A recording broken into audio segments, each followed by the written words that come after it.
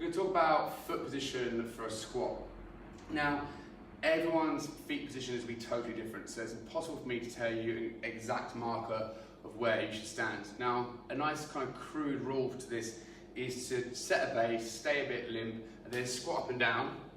And if your feet naturally want to rotate out a little bit, then I suggest for you, your feet should be turned out.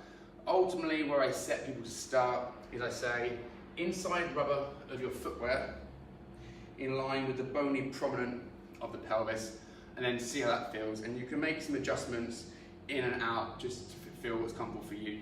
Like I said, a little bit of rotation from there. So to make sure you're keeping tension in the feet as you travel down into the squat, it's important to think of some internal cues. Because what we want to do is we want to try and create rigid arches to descend down into. If you're going down to soft joints, you're going to be really spongy down there. It's not going to give you a very good platform to work on. So a few things that I like to think about with this. First of all, you can either screw the feet into the floor, keeping the big toe joint in contact with the ground, and you rotate the shins out.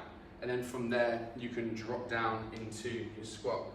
Or I often cue, imagine you're pulling the floor apart with your feet. So you're trying to create this stretch through the floor, and that instantly loads up the outside of the legs, and the same thing as you squat down. So one of those two cues should be a good way just to make sure that you've really grounded your feet into the floor.